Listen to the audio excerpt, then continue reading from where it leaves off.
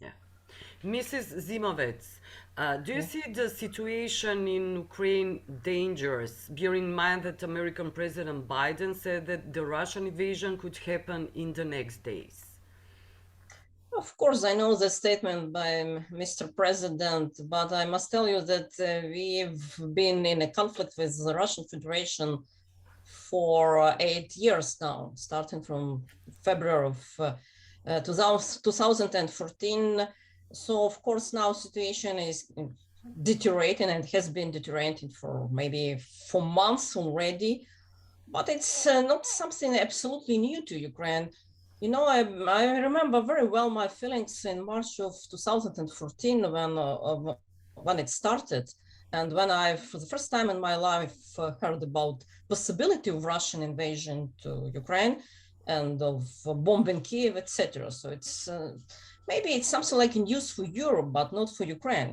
Yeah, we've been fighting for 8 years now.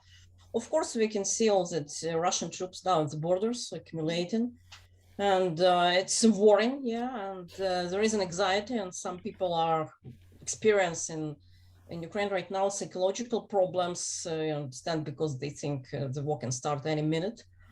I don't think so. It's my opinion. So because from what I know, that amount of Russian army at the borders is not enough for conquering Ukraine. Of course, they can invade and maybe they can invade several cities, but it's not enough to conquer all the country and keep it under control. What I mean. So that's why I don't think we would expect a really big war here. Maybe some local conflicts, etc. Yes. It's my Uh, opinion. Yeah. Mhm. Kremlin or the Kremlin Yeah. sent a written response to US security proposals and said increasing US and NATO military activity close to their borders is alarming, according to Russia's formal response published by Russian state media. They, of course, they have their own point of view on all that situation, Russia. I mean, as far as I remember, so okay, they started accumulating their troops next to Ukrainian border somewhere from November, and it intensified and then in December through January and now. And as I know, only maybe a couple of weeks ago, the United States of America, started placing their troops to their allies in Europe, like Poland, first of all, and maybe I'm not sure about Baltic states, to maybe Lithuania, something like that. I mean, so they just okay. There is a part of Russian Federation with border with Poland. I mean, that's so called Kaliningrad region, that enclave next to the Baltic Sea. But I don't think it's some kind of threat to the Russian Federation from the troops, because the United States of America, they're not interested in war, and they're not interested in war with the Russian Federation, because as we know, the main okay, I wouldn't like to say enemy, but opponent, we can say instead, is China, not the Russian Federation. So they To would, yeah, USA, right. yeah. Mhm. So they don't have kind of, so reasons to invade the Russian Federation, and they do not have desire to invade Russian Federation. So I think all that Russian claims are without grounds. So, yeah. Yeah.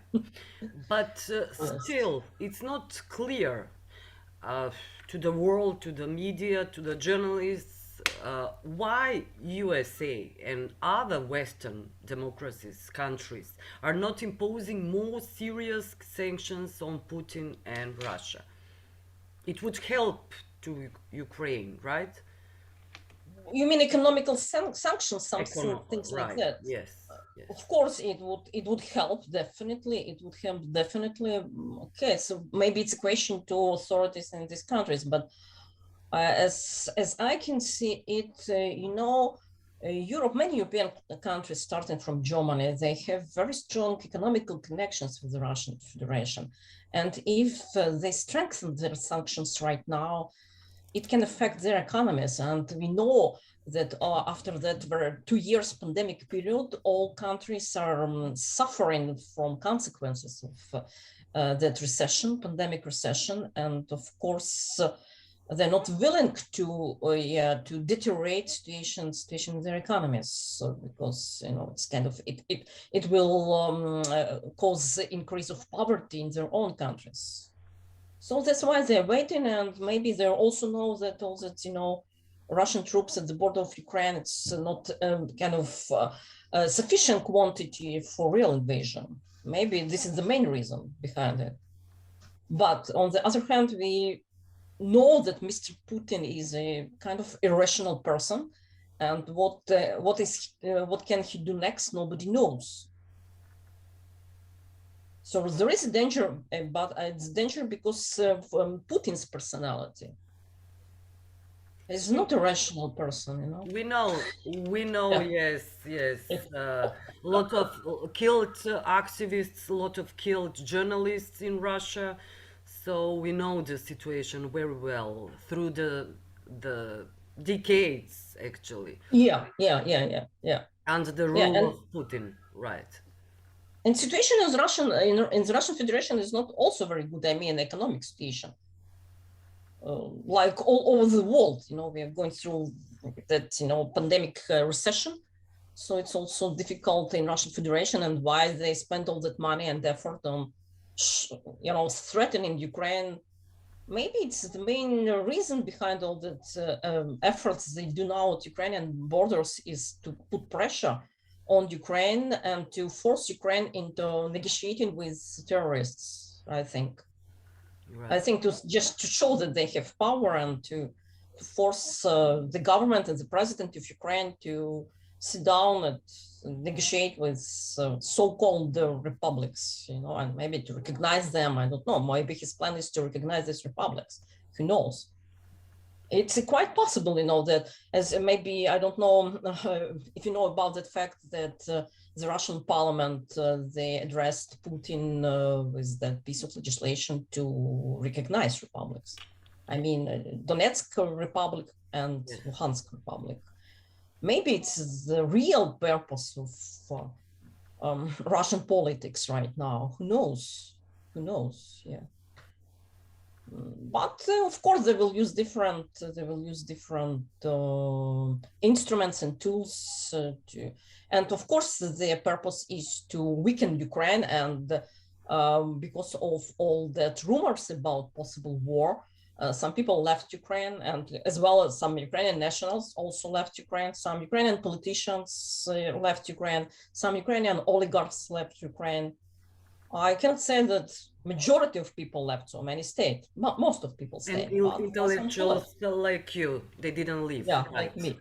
Yeah. And also, some foreigners left, and of course, situation is not very good for investment right now. Who would, just imagine, who would invest money right now into Ukrainian economy? The answer is obvious: nobody. Yes. Nobody, and it's the rate in economic situation in Ukraine. And we have huge losses because of the war conflict for all these years. And we spend a lot of our GDP on just security and safety on army, just to withstand that pressure from the Russian Federation. Of course, we need international support, at least financial. And I'm very glad that some European countries and the United States of America are willing to give at least that financial help, and not maybe that full military support, because as you know, Ukraine is not a NATO country. That's why. Yes. So, but at least kind of financial support, which is very important in that situation of ongoing conflict. Yeah, I see. Okay. Thank you very much for this interview, Mrs. Zimowec. Welcome. Thanks.